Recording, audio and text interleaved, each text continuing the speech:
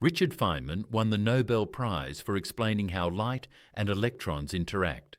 He literally co-invented quantum electrodynamics, the theory of electricity at the deepest level humans have ever reached. He understood electricity better than almost anyone in history.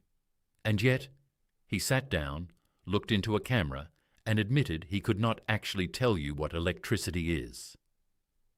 He said it, out loud, in an interview. And the strangest part? He was right not to. Stay with me, because by the end of this video, you'll see exactly why Feynman didn't understand electricity, and why that admission might be the smartest thing any scientist has ever said. Richard Feynman wasn't just any physicist. He shared the 1965 Nobel Prize for quantum electrodynamics, the most accurate physical theory ever tested by humans. Its predictions match experiment to 10 decimal places. That's like measuring the distance from New York to Los Angeles and being off by less than the width of a single human hair. So when Feynman speaks about electricity, he speaks with the authority of someone who built the math behind it from the ground up, which makes what happened in 1983 even more shocking.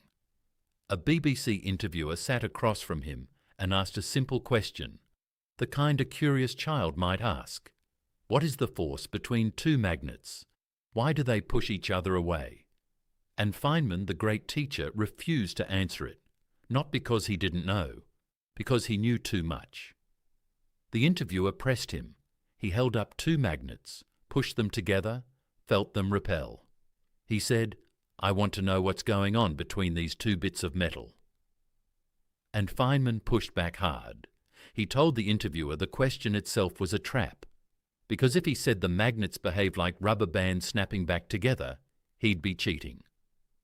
Why? Because rubber bands stretch and pull because of electrical forces between molecules, the exact same forces he was trying to explain in the first place. He'd be using the answer to explain the answer. That's the trick hidden inside every why question in physics. Every analogy you reach for, gears, springs, fluids, waves, secretly relies on the very thing you're trying to understand. Push your hand against a wall right now. Why doesn't it pass through? Electrons in your skin push back against electrons in the wall. The repulsion you feel from a magnet is the same electrical repulsion holding your body together at this very moment. It's the reason chairs are solid, the reason your phone screen feels firm, the reason the floor doesn't swallow your feet. Electricity isn't one phenomenon. It is the phenomenon. And to truly explain it, Feynman would have had to walk that interviewer through years of advanced physics. There was no shortcut. So instead of cheating with a fake analogy, he did something brave. He admitted the limit. But the magnets interview wasn't the only place he confessed. Open the second volume of the legendary Feynman Lectures on Physics, the volume on electromagnetism, and read his own preface. He wrote, in his own words, that he was not satisfied with how he taught it. He could not think of a unique or different way to present the subject. He admitted he didn't think he did very much in those lectures. Stop and think about that. The man who reinvented how physicists draw quantum interactions, the man whose diagrams hang in every physics department on Earth, said he couldn't find a fresh way to teach electricity to undergraduates. Why? Because electricity, as we describe it mathematically, refuses to behave like anything the human brain evolved to picture. He once wrote a line that haunts every physics student who reads it. He said imagining the electromagnetic field requires a higher degree of imagination than imagining invisible angels. Read that twice. The Nobel laureate, the master visualizer, said angels are easier to picture than electric and magnetic fields. That isn't modesty.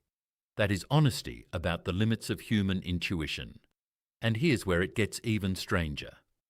In his lectures, Feynman calmly drops a bomb that most textbooks quietly skip over. He asks a simple question. What holds an electron together? Think about it.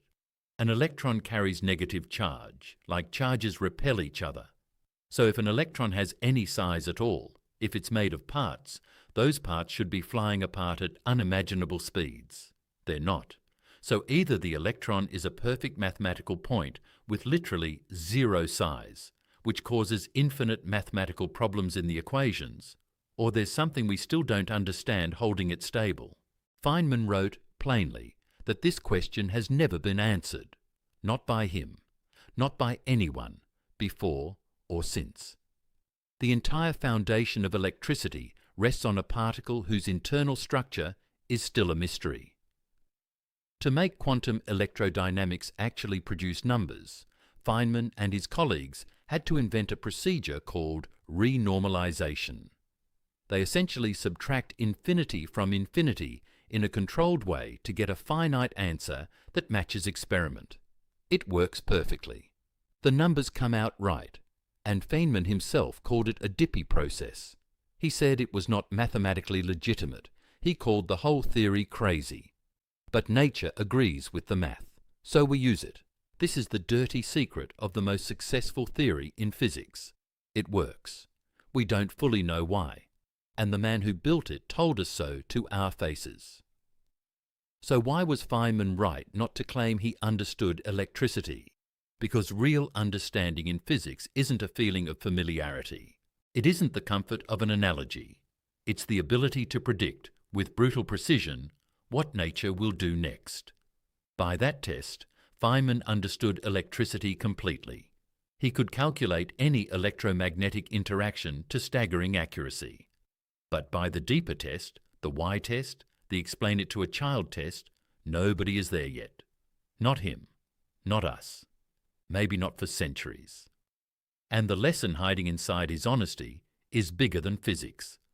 Most people in the world will confidently tell you they understand things they cannot actually explain.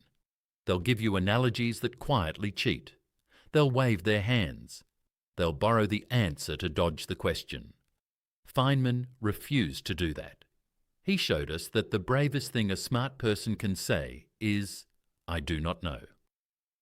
And that admitting the edge of your understanding is the first real step toward pushing past it. Electricity powers every single thing you touch. The screen in front of you, the light in your room, the heart beating in your chest, the thoughts firing across your neurons right now. And the greatest physicist who ever explained it told you plainly that nobody really understands what it is. He wasn't being humble. He was being accurate. If this changed how you think about science, hit subscribe. Because there's a lot more we don't understand. And on this channel, we're going to face it honestly, one video at a time.